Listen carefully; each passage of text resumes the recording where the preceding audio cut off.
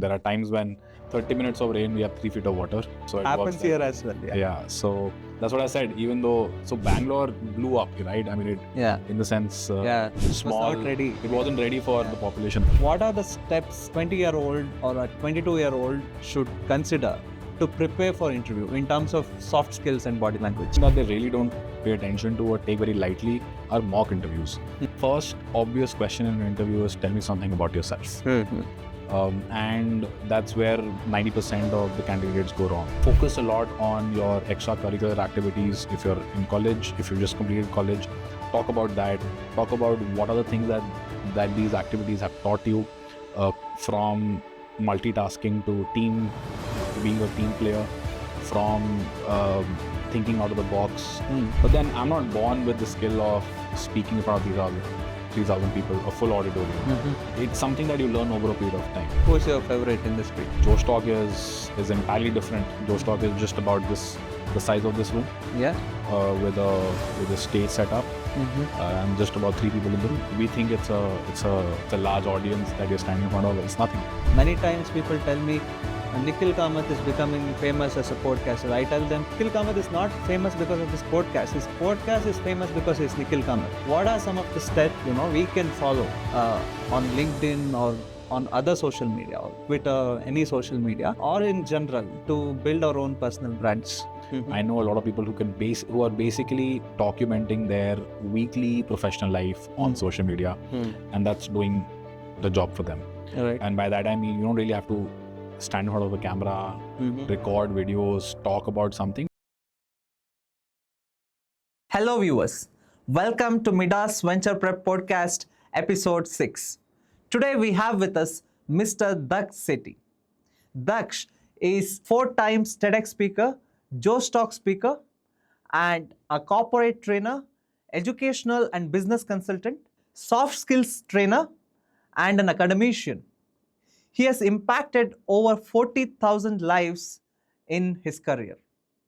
He has worked with over 120 educational and corporate organizations and has been invited to over 300 workshops, conferences, and sessions. He has worked with reputed institutions like IIT Bombay, SRCC, NIT Warangal, and Delhi School of Economics. He has conducted events across 30 cities.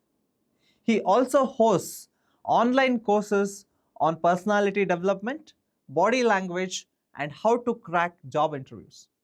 He started his Instagram journey and has attracted over 300k followers for his contents across the past few years. Obviously, he teaches personality development and body language at Midas. Midas School of Entrepreneurship is a state-of-the-art B school in India that specializes in experiential learning for aspiring entrepreneurs. We offer 1-year PGDM in startups and family business. Here, there are no textbooks and no exams. Instead, just hands-on learning. You learn business by actually doing business and get mentored by real entrepreneurs. Don't miss to subscribe to our channel because we will be hosting many more entrepreneurs, founders, and business coaches on the same platform. Hi Daksh, how are you? Doing well. How is Bangalore treating you? So far so good. I'm loving the weather. I'm loving the people around. Bangalore has always been kind to me. So yeah, looking forward to the latter half of the week now. Right. We are hosting you for a second time in our campus, but do you frequent to Bangalore or not really? Not so frequently. Yeah. I'm not a very frequent traveler to Bangalore. Yeah. But yeah, I have. I think 2022 and 23 were relatively packed with Bangalore trips and visits.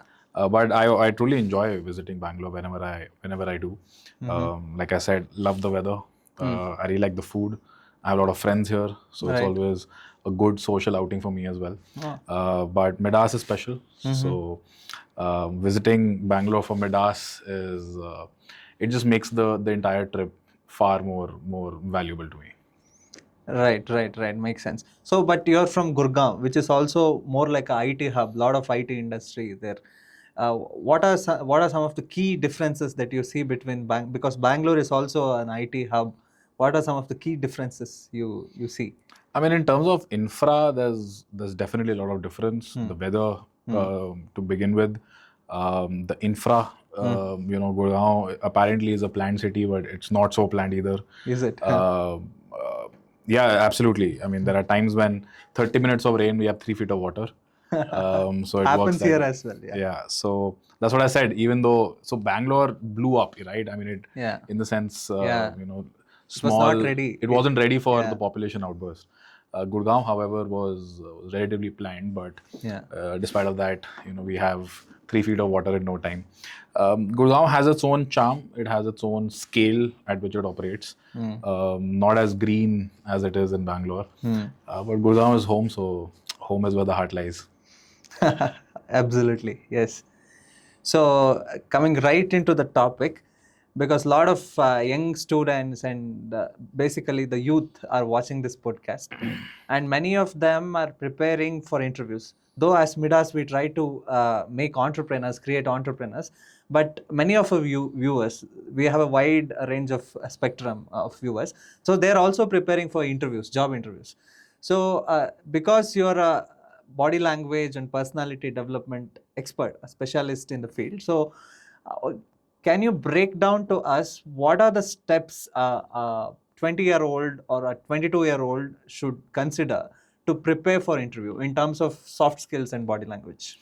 I think the one thing that we really, as young graduates or students now applying for jobs and sitting for interviews, the one thing that they really don't pay attention to or take very lightly are mock interviews. It's not, an interview cannot be prepared just in the brain, just in the head.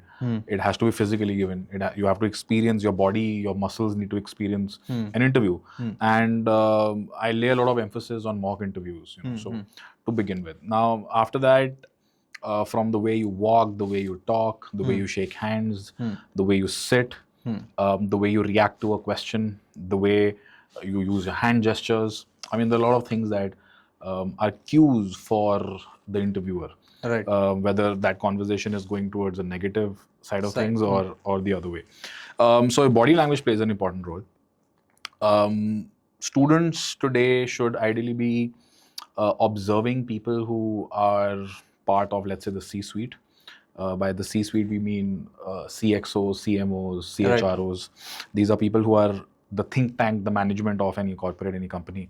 Now, how do you experience that? You do that by participating in an internship, doing some kind of a summer project, attending events, corporate events where you have such people attending and participating. And merely by observing such people, you can actually learn a lot of things. Right. So you don't really have to interact with them and ask them a question to understand where they're coming from. You can also observe. So it's called cognitive learning. Right. So as a college student, as a school student, these are things that one should look at. Body language, irrespective of whether it's an interview. Let's just look at it from a different perspective. So an interview is for a job. We're talking about a job interview. That meeting or that interaction could be a business meeting as well. It could be with a potential client. It could be with a potential vendor. It could be you selling your product or service to somebody else. In that case, it's an equal interview, right? It's a different form of an interview. Where what you say and how you say it will play an important role. So body language, your communication skills, the way you're walking, the way you're talking, the way you're sitting, the way you're moving your hands, everything then again comes into play. So it's not restricted to just a job. It's also for equally important for entrepreneurs. Right. I have seen a lot of people taking soft skills very casually, very lightly. Their attitude towards interacting with somebody is very laid back. Right. And that speaks volumes about how serious they are about work. And on the D-Day, and by the D-Day I mean the day when it actually matters, that conversation really matters. If you're portraying yourself as somebody who's laid back, not very interested in the conversation, then no matter who you are, I would lose interest in you. So the same context can be then applied for an interview. So if you're laid back, if you are clueless about your answers, you don't take body language that seriously, then it's going to reflect that you're very laid back about your professional life. And so I won't be interested in you. So body language overall plays an important role in anybody's life and in different walks of life as well. So I think students watching this podcast should definitely consider body language as something that can really be a game changer at times. It could be a boring conversation, but your a positive body language and a good attitude towards the conversation can actually leave a long-lasting impact. So you might just be somebody that the other person tends to remember a little longer than somebody else, and that alone can get you business. So these are little things that really play an important role. We often don't consider them to be important factors to teach and to learn as well. But these are things that are silent killers or silent makers in their own way. Right. Can you tell us like top 3 things that a student can implement in interviews? For example, probably saying, I am Sanket or I am somebody, than saying my name is Sanket, something like that. So can you tell us like top 3 tips that somebody should follow in an interview? Or Your introduction, the first obvious question in an interview is, tell me something about yourself. And that's where 90% of the candidates go wrong. Right. What they start with is, hi, my name is, right? I mean, I know what your name is, but then it's again sounding like a rehearsed answer. I am pursuing so-and-so course. This is my grades. I got an A+, I got a 9 CGPA. Fair enough. I'm interested in digital marketing, or I'm interested in finance. Very basic answer. What I would want to know is, where are you coming from? So I would want to know more about you, which is not in your resume. So which city do you belong to? What kind of family upbringing do you have? Which school did you go to? What kind of school activities were you a part of? Then you come into your college life. So you're going from the most extreme, the last thing in terms of your life, and then the most initial phases, and then you come up till the most recent one. So it's in a reverse chronological order. So then what do you talk about? You talk about your college life. So I know what course you're pursuing, but then which are the certifications that you've done? What kind of internship opportunities did you get yourself into? What kind of clubs or student associations were you a part of? What were your extracurricular activities, like I said? So these are the things that I would want to know. And then talk about the next 2 years, 3 years, not more than that. Right. Where do you see yourself in 5 years is now an outdated question, because people don't even know. In fact, honestly, even I don't know how I see myself in the next 2 years. Right. So, but I would want to know what your outlook towards life is for the next 18, 24 months. So that's what you then explain. So that's definitely one thing that students should keep in mind. Focus a lot on your extracurricular activities. If you're in college, if you just completed college, talk about that. Talk about what are the things that these activities have taught you, from multitasking to being a team player, from thinking out of the box to managing a 50-member team. These are things that talk and speak volumes about you and your personality. And then also talk about the skill sets. What kind of problems, what kind of projects, what kind of tools were you exposed to? So as a recruiter, these are things that a recruiter would want to know about you. More important than the marks. Absolutely. Marks will always be secondary, because if marks were priority, then I would not have the interview in the first place. I would just pick the top 5, top 10 students and send them an offer letter. But I would want to know more about you at a human level, and not just beyond. It has to be beyond your marks, because at the end of the day, I'm not going to be asking you to write an exam in my company. You will be dealing with problems. You'll be not sitting in a corner from 9 to 5 doing your job and then leaving for home. You'll be dealing with problems. You'll be talking to clients. You'll be writing emails. You'll be a part of a team. Right. There could be a possibility where you might be reporting to a senior. There could be a possibility where you're managing a team. Now, these are things that only your work experience will tell me. So I want to know more about the work that you have done, the skill sets that you possess, and what is it that you can help me with, rather than just your grades. So you're also a public speaker. You've spoken in JoshTalks, TEDx forums, and many other forums.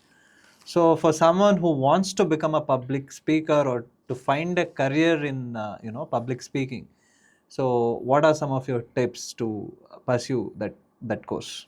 Honestly, public speaking it's a process. It's a situation that you find yourself in. That's how I look at it.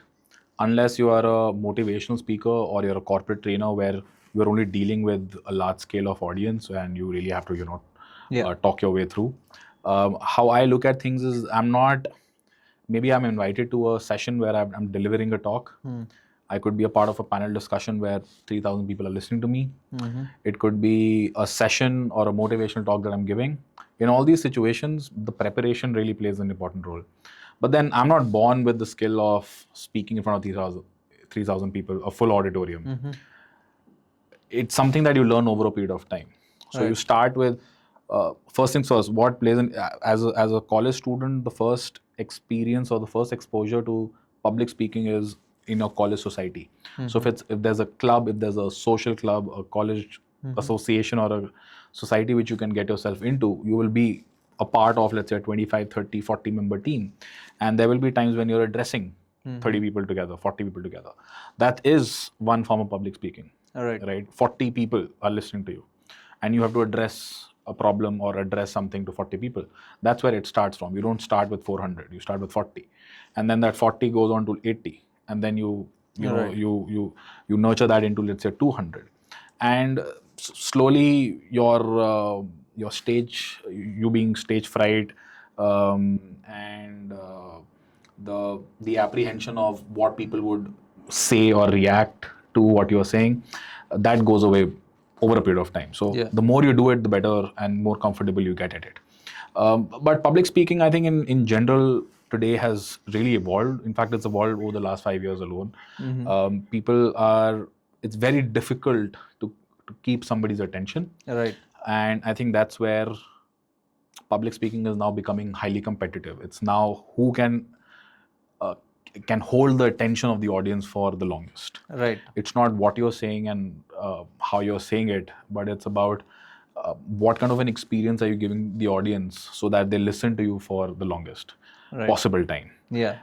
So I think things have really changed. Like for myself, I might have given 5 TEDx talks. TEDx is a very close, intimate kind of a setup. It's just about 100 people. Typically, the TEDx talks that I gave were organized and hosted by colleges. So, you will have their team, you will have a set of outsiders coming in, students coming in. So, it's not something which is in front of a 3,000 people audience. However, that kind of a talk really holds importance. It's a recorded talk. It's going to be up on the internet forever. So that has its own pressure to start with. But at the end of the day, it's just another talk. So I don't really consider TEDx to be the benchmark for public speaking. Trust me, it's still just an intimate conversation with 100 people, and you're trying to give a presentation and a talk on a particular subject that you hold expertise in. But I would consider myself a good public speaker if I can speak in front of 4,000 people, hold their attention for an hour, make them laugh, make them think, make them question, entertain them, edutain them. So I'm also educating them at the same time. And at the end of the day, not make them feel bored and get a standing ovation. I think that's what public speaking today for me would be. Who's your favorite in this field? I'm following a lot of people, but personally, I mean, there's definitely Sonu Sharma that we all like. He's somebody who really captures attention. I like a lot of things about him. There are a few, in fact, if you look at Shah Rukh Khan's TED Talk on YouTube, there's a lot to learn from him as well. I'm not really following anybody particularly because, like I said, this is just a task for me where I get to sort of speak in front of 3,000 people. I'm not a professional public speaker or a motivational speaker, so I'm not really in that field of experts. But yeah, I do listen to subject matter experts who are probably talking about what new things are coming up in the field of bioengineering, astrophysics. I mean, these are kinds of talks that I like to listen to. But overall, like I said, public speaking it's evolved over a period of time. I enjoy listening to people, but then again, if I'm not able to, if the speaker is not able to hold my attention, even I lose interest. So I look at it from that side. That if I have to capture somebody's attention, how would I want my attention to be captured in the first place? So yeah, like I said, it's a different ball game altogether. Josh Talk is entirely different. Josh Talk is just about the size of this room, with a stage setup, and just about 3 people in the room. Oh, really? But we think it's a large audience that you're standing in front of. It's nothing. So that has its own challenges because suddenly you're talking to nobody. So it's a green room kind of. It's a green room, and I mean it's a black room I see. technically, but it's a studio room, Mm-hmm. soundproof room, and you have the team that is sort of a part of the production team. That's it.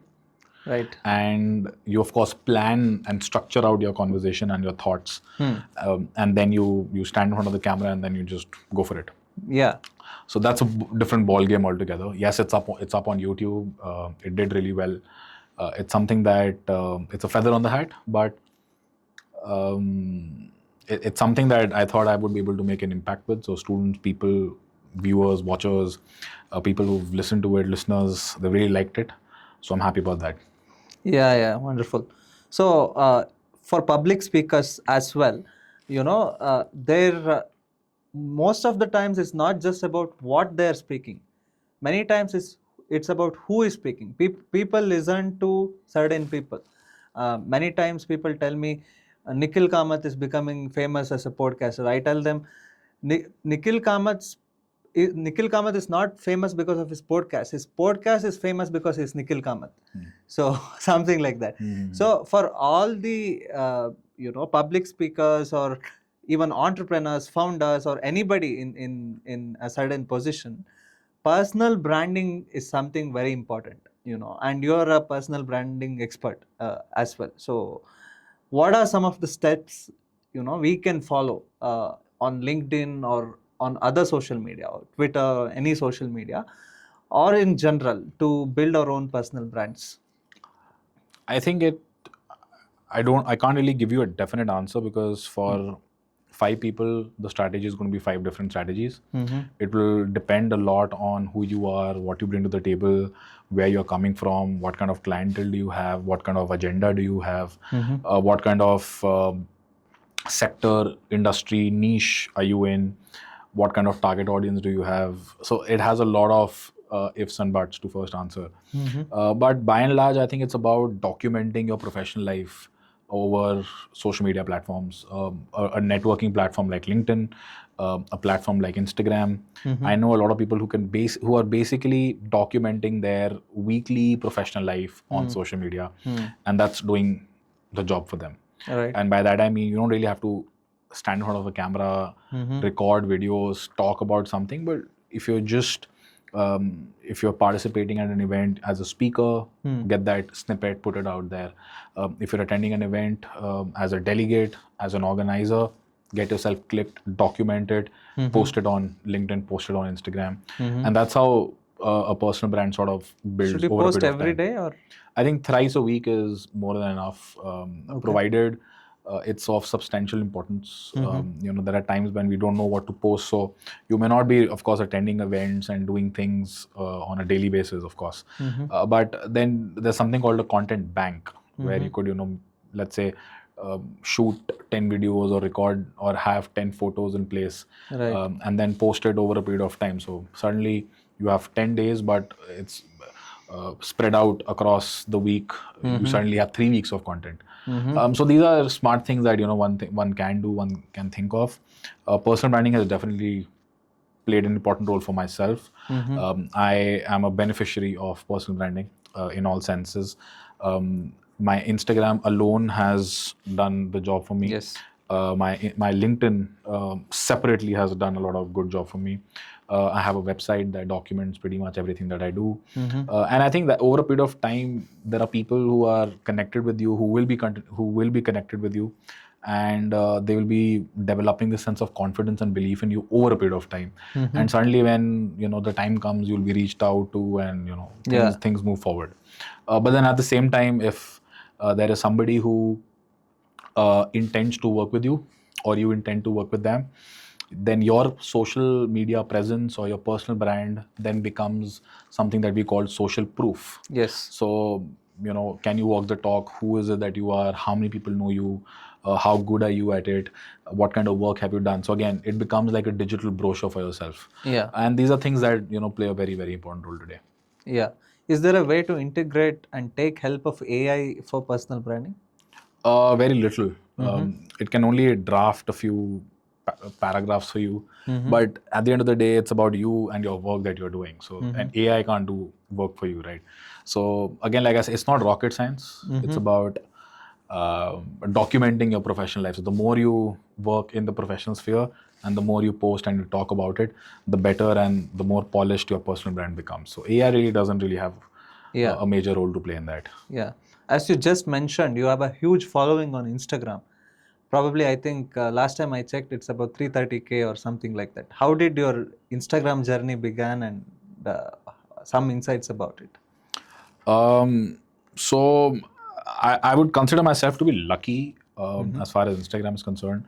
I wanted to make content because I wasn't really scared of being in front of the camera and talking to people. So I decided to sort of pick on my niche, start making videos. I did observe a lot of people who were making similar videos and content, and based on that, then I started experimenting for myself. The one thing that really played an important role for me was consistency. I was consistent with posting, so I had a strategy behind it. I wasn't posting it for the sake of posting it, and eventually over a period of time the algorithm picks up, Right. and your audience begins to sort of develop, and people start taking you seriously and they start watching your videos. At the end of the day, it's consistency.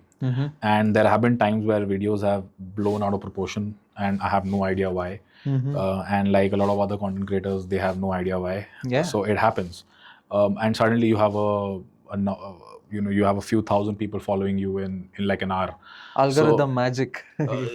So Yeah. obviously it's a software, it's a Yeah. it's a digital algorithm that you and I can't really understand. Yeah. But one thing that I have understood about it is that it gives a lot of weightage to consistency. Right. If you're consistent, you have a strategy in place, it will play in favor of your content. So I think that's where it came from. I was lucky enough to, again, like I said, there's a phrase in Hindi. It's called "Karm karte jao, phal ki chinta mat karo." Right. So keep doing your deeds, and I think it will pay off someday, and it did for me. And till date, it's a good number to have, because obviously I'm not a full-time Right. content creator. I mean, that's not my space at all. But people take me seriously. Like I said, it's a personal brand that you've been able to create. It's called social proof. So somebody coming through your profile would see a few things about you and develop a sense of confidence and belief in you, which is an important thing today since we are living in the digital world. Yeah. So having a digital backup, a digital profile to back your claim always helps you. Yeah. So you have worked with education industry a lot. You consult for colleges and institutions for admissions, and you have seen them in close. So what is your general thought about education in India right now, and what do you think needs to change? I think experiential learning is something that was the talk of the town for the longest time. Today things have begun to change, and a lot of improvement. There's still a lot of scope for improvement. For example, in the last semester of an undergrad degree, it's mandatory to do an internship for 6 months. So these are things that are now playing an important role. It's practical experiential learning which is being given importance, and considering things are highly competitive in today's world, whether it's entrepreneurship, whether it's higher education, whether it's getting into the job market, it's highly competitive. And at the end of the day, a lot of it boils down to your personal skill set. And that skill set is based on the amount of experience and the exposure that you have. Right. So in order to give that exposure and provide that environment for skill set development, colleges and universities have started moving towards experiential learning. But there's, like I said, there's a lot of scope for improvement, where in my opinion there should be like a mandatory at least 10 to 12 months of practical learning, which is through industry integration, internships, live projects. It's still not enough. So I think that's again one space which is being taken. It's getting a lot of attention and eyeballs, but a long way to go for sure. Things have changed. Entrepreneurship has become the talk of the town. Startups has become cool. Yeah. People want to be known as a founder. So I think we've normalized the fact that you can do your own business, and students as young as 16, 17 are now talking about those things which back in the day I never used to hear about. Entrepreneurship was just a very fancy word, for people who have deep pockets and want to do some really fancy stuff. But today it's become extremely basic in its own way. So there's something called agri-tech. People in tier 1 cities would not want to go wander around some farmland trying to see what kind of manure is helping farmers grow their crops. But today people from tier 1 cities are now talking about it because there's something called an agri-tech vertical in the startup phase. So I think it's become cool, it's become normal, it's become something that even parents and the new gen parents are now taking as are considering as a career option. They're okay with that 1 year, 2 year buffer time to give it a shot. So yeah, things have changed overall. Entrepreneurship is now also taught as an elective subject, which earlier it wasn't. It's become normal. Even in schools, it's become an elective subject in class 11 and 12. So I think these are things that have changed, and over a period of time, it will continue to change. Something which is new and important today may not hold equal importance 15 years down the line, 20 years down the line. Absolutely. It will keep evolving. We all will keep cribbing about how the system is not good enough. I don't think any system can be absolutely foolproof and 100%. Otherwise, how long would it take for a system to be 100%? So I think it evolves. People's needs, people's perspectives to career also keep on changing. Market dictates a lot of things. So I think it's an evolving game. But as on date, I'm pretty happy with what things are looking like today. Right. And we are sitting in Bangalore. Every coffee shop you find at least 4 early stage founders pitching to an investor. True, that's absolutely true. I've seen it with my own eyes. I was in Third Wave Coffee, I think it was Indranagar, and this was on my last trip when I came here. And I was there to in fact meet a couple of friends who were coming from some part of Bangalore, and it took them like a long time. So I was just having my cup of coffee because I was quite bored at that time. And I think I saw like 4 or 5 tables with 2 to 3 people sitting, and with some laptop, and some guy is an investor, somebody is a startup founder, somebody is a VC guy, somebody is an angel investor, and they're having these kinds of meetings. So I think it's pretty cool to see that. It also pushes you to to not give up, to keep striving harder. And it's a good culture to have overall. Okay, probably last question for the day, because you have to rush to the class. We have a busy schedule. So you're a serial entrepreneur. You have probably founded 4 companies as of now.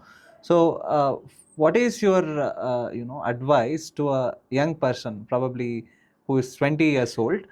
He just wants to become an entrepreneur. He doesn't know what. He doesn't have any ideas. He just wants to become an entrepreneur. So what are some initial steps he can take, and how should he pursue his life? Come to Midas. One word answer. Absolutely. Why? I think back in the day, I regret not having a support system or a culture or people with the right mindset of business, and people who have been there, done that, people who have the right business acumen to guide me. If I had a setup where I had coaches like we have at Midas telling me from their experiences that, hey Daksh, if this is what you want to do, then this is the strategy that you need to adopt to avoid making these mistakes. And had I been told about those things back then, I think I would have been 2 years ahead of where I am today. And I have no regret in saying that.